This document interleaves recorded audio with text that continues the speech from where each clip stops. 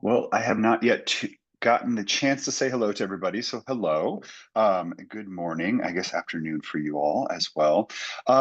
I'm going to speak a little bit today about an area of my university service, which is the IRB, Institutional Review Board. Sure, some of you have heard me speak about it at least before in the past, but today I'll speak a little bit more formally about the process of applying to the IRB. As Dr. Don mentioned, this is going to be integrated into some courses. However, as well, he mentioned advisors have a lot of great support here. So make sure that you're leaning on your advisors and/or reach out to me. I'll repeat this many times. Even if you're not my advisee or I'm not on your committee, please feel free to reach out to me along the way. I'm happy to help and assist with this process. I'm going to go through and just give you some kind of FYI basic knowledge, but also speak about some areas to think about and maybe hopefully you'll take some notes on because these are some areas that we often see at the IRB as far as DBA applications specifically, what might be missing. So I'm going to kind of offer some tips as far as some areas to, again, take some notes on to verify that you are including so that you can get the process moving a little bit quicker and you don't have to wait for modifications to kind of go back and forth and play that game of email tag with the Institutional Review Board. So what do we do at the Institutional Review Board? If you have done CITI, which again was mentioned already, I'll bring it back up. If you've done CITI, you probably understand the basics of it through the Belmont Report, if that sounds familiar. And so we are established to basically protect two areas, mainly or federal regulations speak to the idea of human subject protections solely. However, at Johnson & Wales, we have a policy where we also are there to be kind of a stopgap or a wall for research to be able to adhere to JWU policies and also any related federal or state or local jurisdictions and regulations, as well as guidance that occurs. And so we're a body of experts, and I'll talk a little bit about who we actually are, but we're a body of experts who have working active knowledge in certain fields that help us understand not only the research side, but also the ethical side of research. In many ways, the IRB is considered the ethical voice of research at an institution, and that is true here. That's the culture of this IRB, and that's their primary goal. So again, it's the idea of understanding or measuring the risk if we can, and then protecting human subjects. But then again, we also look at another side. However, that does not mean that we look at quality of research. This is, for many of you, going to be probably the first peer review process where it is something out of kind of your own realm, in the idea that, yes, in the past you've had professors and even your own peers in discussions review your work and offer feedback. But in this case, this is a little bit alarming, I think, for a lot of people. And at the onset, it feels alarming because it is a group of peer people, because these are your peers. They are also experts, meaning they've already emerged as experts, however you're emerging. But they are experts in their field and they are going to review your work. And so your work's going to be on display and you don't know who these people are and you've never had interactions and you don't know anything about them. So it is a little alarming and I get that. But at the same time, we are not there to judge quality. We're there, again, just to understand enough about your study to then make a decision about a measurement of risk, to then understand what human subjects are going to be risked or the involvement of risk for the human subjects. But then again, also, how do you make the university look at the end of the day? So how do we do all this? We are 10 people with some support as well. And we represent all areas of Johnson Wales. Every discipline is represented. All types of sciences, as far as physical and hard sciences, are also represented on the committee. All of our campuses are represented. And what that allows us to have is a broad scope of research expertise in our fields. And so we, as a group of 10 people, come together and make decisions together about the direction and culture of research ethics at Johnson & Wales. And so that's being shaped by this group of people who, again, have years of expertise, and that's why they're on this committee. We also employ a community member, somebody outside of Johnson & Wales. She is a epidemiologist from Yale, and she is there to give outside cultural voice beyond the institution's walls. Again, this is to protect all human subjects further, and that's the security of the ethics and the risk measurement. We also have 3 professional staff members or ex officio members who represent university administration. And these people are there to support the work of the Institutional Review Board, but they're also there to check a lot of the research too in regards to policy. They are policy wonks here at the institution, and they are the ones that typically write a large swath of it. And if anything, they are the ones who edit it and finalize it. And so they are looking at it from a legal perspective, but also a university policy perspective. We also can bring outside consultants in, and that could be something where maybe you have a very specific study in a specific field and we bring expertise knowledge. So don't feel that people are making decisions about your research or requesting things from you about your research who don't know what they're talking about. We do, in times where we don't have working knowledge on the committee already, bring people in to make decisions or help us support answers to questions that we might have as a committee. The actual process of review, most DBA applications are going to be exempt. And ultimately, at the end of the day, it doesn't really matter because the IRB is going to assign this to you. But I want to give you some FYI here because you're going to get a communication at some point that assigns your study to, excuse me, sorry, went too far. That assigns your study one of these 3 classifications.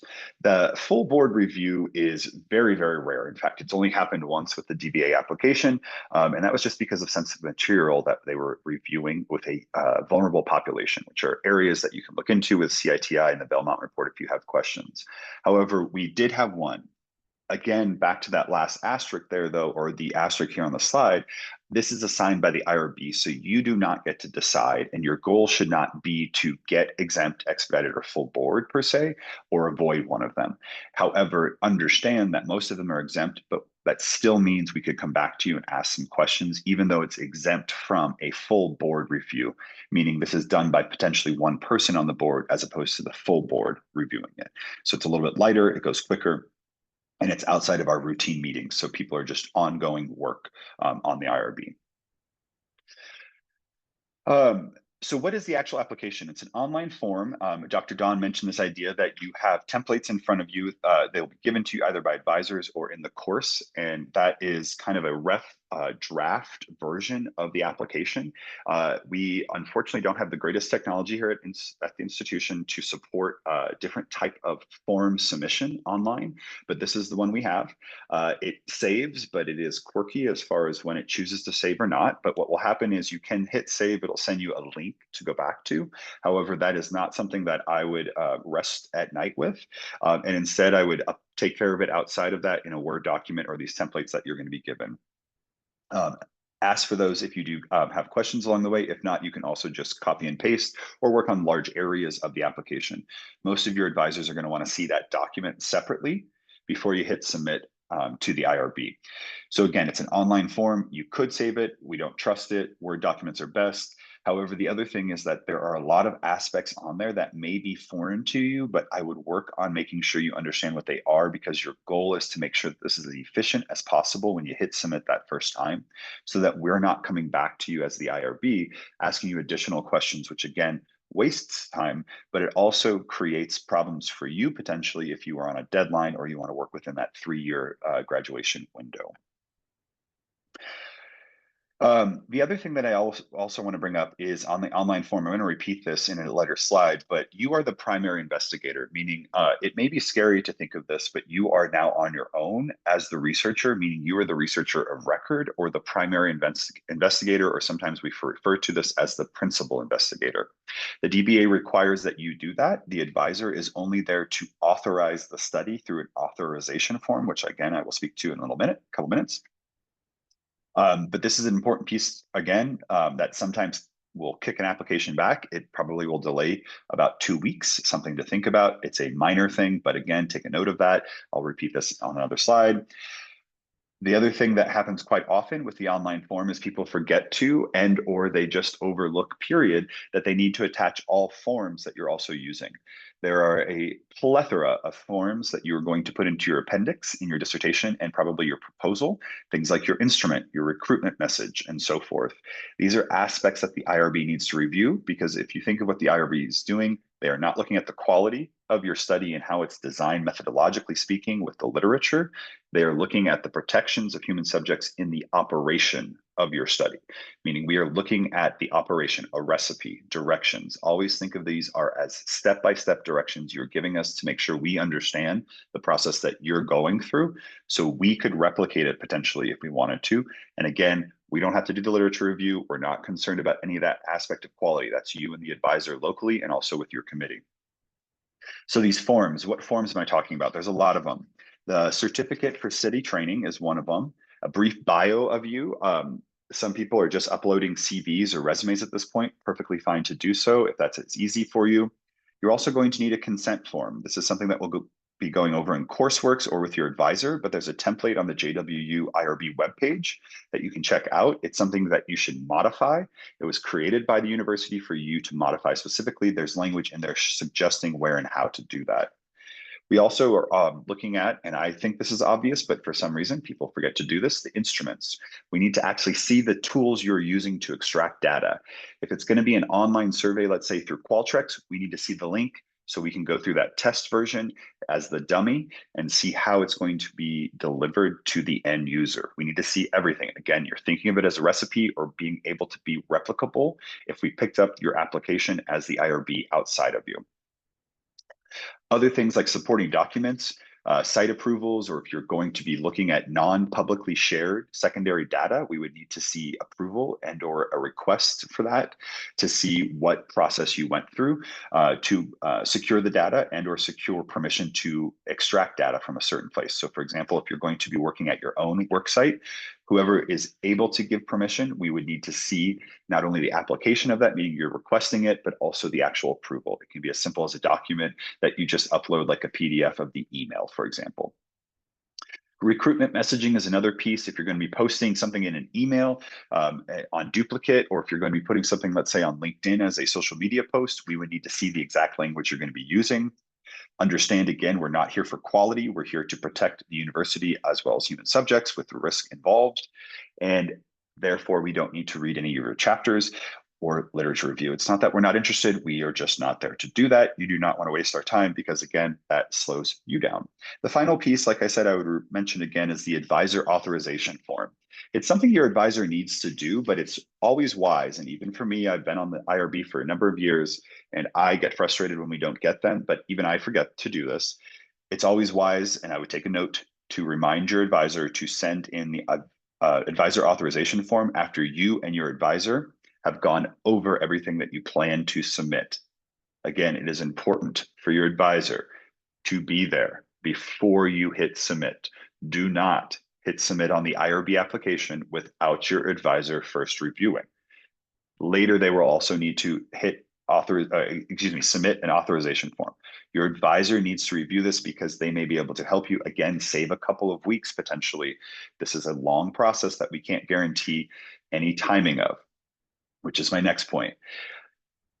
We try to turn things around within 2 weeks if we have no requests for additional information. However, again, we can't guarantee that. But most exempt and expedited are just ongoing work for the IRB. So it's outside of a meeting that might be held once a month.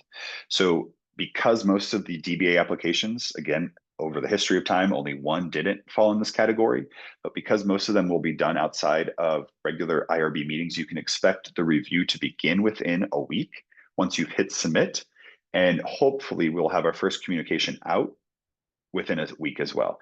The communications, I'll talk about what those are in a minute, but that's the goal. And again, having your advisor there every step of the way and having them review everything and working with you and or reaching out to meet at review or chat about certain things, we can't guarantee it's going to go because this is a body of people and we can't predict what they're going to say as an outcome. But we can try our best to offer advice to make sure you get through the process as quickly as possible. Understand the IRB is limited as far as a resource at the institution, but you on your side are sometimes limited too. So your response to us also delays the process for the IRB. Understand that it's frustrating. I get that, but we can't guarantee timelines. We are a resource at the institution that is working as quickly as we can, but you have to understand we are looking at it from the perspective as experts who are also working in other fields at the time, i.e. teaching. So we do not have this as our primary jobs. Again, full board, probably not going to matter, so I'll skip over that. Also doesn't really probably matter to you, but understand that an IRB chair can call a meeting at any time. This is a warning to you to make sure that you don't want to be on that list as to why we would call a meeting at any point, which means that your study has gone beyond what you've told us. This is important for you to understand that you are always following exactly what you and your advisor agreed with on that IRB application. The minute you go out or stray from that, the IRB finds out, they can stop, and they will stop your study, and they have to investigate. And that's what these meetings are for. And that's why I just bring that up. Again, timing wise could delay your study. It could, if something is found wrong, cancel out all of your research data that was collected completely if you did not follow the IRB application or as intended to after the approval of the IRB. The last piece is that, again, we have no guarantees. You should plan for the average of 1 full month is what we tell people. Again, most of the time it's around 2 weeks. I cannot guarantee any of that. There are breaks. There are faculties at the end of the term who are very busy. There are summers where we're a little bit slower, which means we are unfortunately not always staffed to get turning things around as quickly as possible, but we do our best. So I mentioned this idea that you're going to hear from us usually pretty quickly. It's hopefully going to be that 2 weeks, but the first thing you'll get is a classification letter where we tell you basically, hey, we assigned you exempt, expedited, or full board. After that, you get a letter indicating essentially, hopefully I should say, the approval first. Doesn't really matter if you get a modifications letter. It's not like the study is going to be canceled and ruined, or you're going to have to completely change chapters that you've already written. All that is sometimes we just need some additional clarification and or a request for meetings so that we can discuss some things. Please, we try to get people to understand that this is an IRB that is as friendly as we possibly can, but we cannot apologize for the things we have to request because it is making sure that everything legally and regulatorily speaking are sound and filed away for us to make sure that we are covering our butts so that you as a student have a wonderful journey and experience at the institution. So that's ultimately the goal. Rare, as in probably once a year, but it happens. You'll get a declination, which is you can your decision by the board is final and it's been declined. However, you can speak with the board on why, and you can go back and reapply if you would like to. Will that happen? No, the option's there. And I bring it up because the IRB is not a place you get to negotiate or debate with. They are the final arbiter of this. And that's why it's a committee of experts that are selected by deans at a high level as well by the provost to verify that this is a group of people that who should have the authority to have final decision on something like this at the institution. So, like I said, areas related specifically to the DBA I want to go over so you can take some notes on this as well. The consent form template, again, you need to modify it. Sometimes we debate in the IRB of a quality issue or is this confusion. If you leave certain aspects in there saying, it says insert name here within parentheses, for example, it's a template for you to insert the name. If you leave that there, does that confuse your participant? We debate, is that something we kick back to you, or is that quality, meaning you look bad as a researcher? That's a perfect example of where we have to kind of have that conversation as an IRB. We may come back and say, well, it's a younger population. They may not be used to consent forms. Therefore, we need to require them to change it. Sometimes we might say, well, they're looking at 45-year-old adults with college educations. To be honest, they're probably going to understand this is just a mess up. That's not a quality issue. So, however, though, consent forms are important. And why I bring this up is because you need to modify them for your study. And we will kick it back to you if you're not particular and careful. We look at every single line of every single thing that you give to us. We can't assume on your behalf. Therefore, we read what you give to us. That is our decision. We can't make assumptions as researcher ourselves to assume that you're probably going to be thinking about it this way or writing it like this, but actually acting this way. We need it on paper. Please understand too that consent is a process, and I'm going to repeat this in a second, but consent is a process. So everything listed there you have to think about, is that something you're including? And if so, how do I explain this to the IRB about the process that we're going through to obtain this consent? That's also something that DBA applicants oftentimes overlook. Again, think consent is a process, therefore it has to be part of that recipe, and you need to explain to us how you are going to go through that portion of your study so that we could replicate it if we needed to. The other thing is organizational permission versus privileged information. People need to understand in the DBA that yes, we are looking at professional problems. Sometimes they are at our own businesses that we may even own. Well, the IRB may make a decision of, do you have access to that information similarly to other people. That's beneficence in research. And so I bring this up because this has come up a number of times with the DBA. If you own the company and you're the owner at the top, there's no board above you and there's no family around you, you are the sole owner and the CEO. If you're accessing data from your own company, that is privileged information that nobody else or no other researcher may be able to get access to. Therefore, in order for you to say, I want to use this very privileged, highly confidential information that only I have access to, you would need to make a statement on behalf of the organization you own saying, if another researcher came along, I would also give them access to this if it was disaggregated with no identifying information. So there are processes for this, but we need to get people to understand that organizational permission, if you're the owner or you have access to a filing cabinet in your office physically there, that is considered privileged information potentially, and the IRB is going to question you about that. If you have additional questions or you think you're in that gray space in between of maybe that's what's happening here, reach out to me. We can have a conversation about how you basically explain it or go through the process of. Again, I think this is obvious, but I have to repeat it. We need to see your instruments. We also need to understand if it is open access or publicly shared, or if you needed proof of use. If you needed proof of use, again, just a PDF upload of the email chain of you seeking or applying for use and then getting that approval is perfectly fine. We also need to, which we don't see a lot, is a full recruitment plan. That is everything, including the actual documents or messaging, like I mentioned before, that you're going to be using. So if you're using a flyer, we need to actually see the flyer. Those are those areas of your appendices that Dr. Don brought up, all the kind of accoutrements of your study. And they are things that the IRB needs to review because they are outwardly facing to the participants, and they are something that we would need if we wanted to replicate your study. We also need to make sure that you are doing pilots. Understand that typically a pilot is actually considered data collection. Therefore, it is human subject research, which means the IRB has to be aware of it first. However, sometimes we pilot our studies or interview questions or instruments in a course, which is different. If you do that, that is within a course under the guidance of a expert in that field. Therefore, it is under their guidance of human protections, and it is done under a course grade. It is not considered published outside of the institution or considered published research. It's part of a course grade. You can do that, and you can then use it in your dissertation. However, there is a difference between you doing that in a course and you doing that with your advisors speaking one-on-one. You pilots are very formalized, and they are a process. We need to hear about them and know about them. You also need to understand that that has to go to the IRB first before you actually do it, with that one exception of if it's ever done in a course and you pilot it with an advisor or with your professor. There's a difference, and this is something that we do kick things back for one little word that might be, again, something we could assume, but we don't. There's a difference between confidential and anonymous.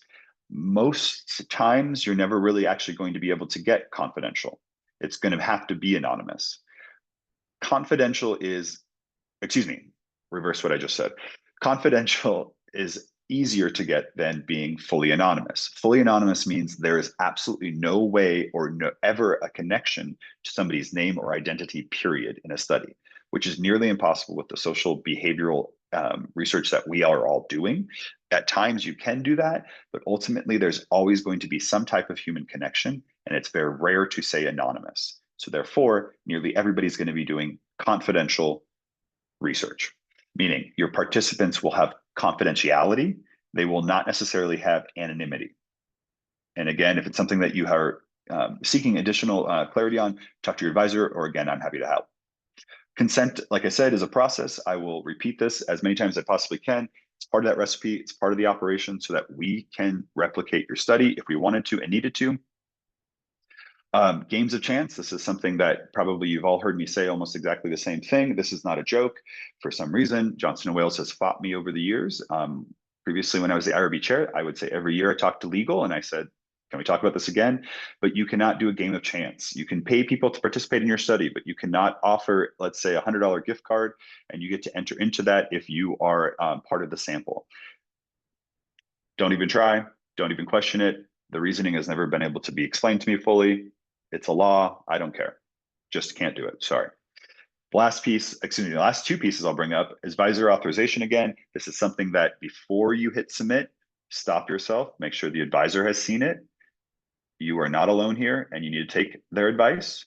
Then you get to hit submit and then again, remind them to go in and do that for themselves. And the final piece is we do not need to read your full proposal. I know I said this before, but I will repeat, less is better.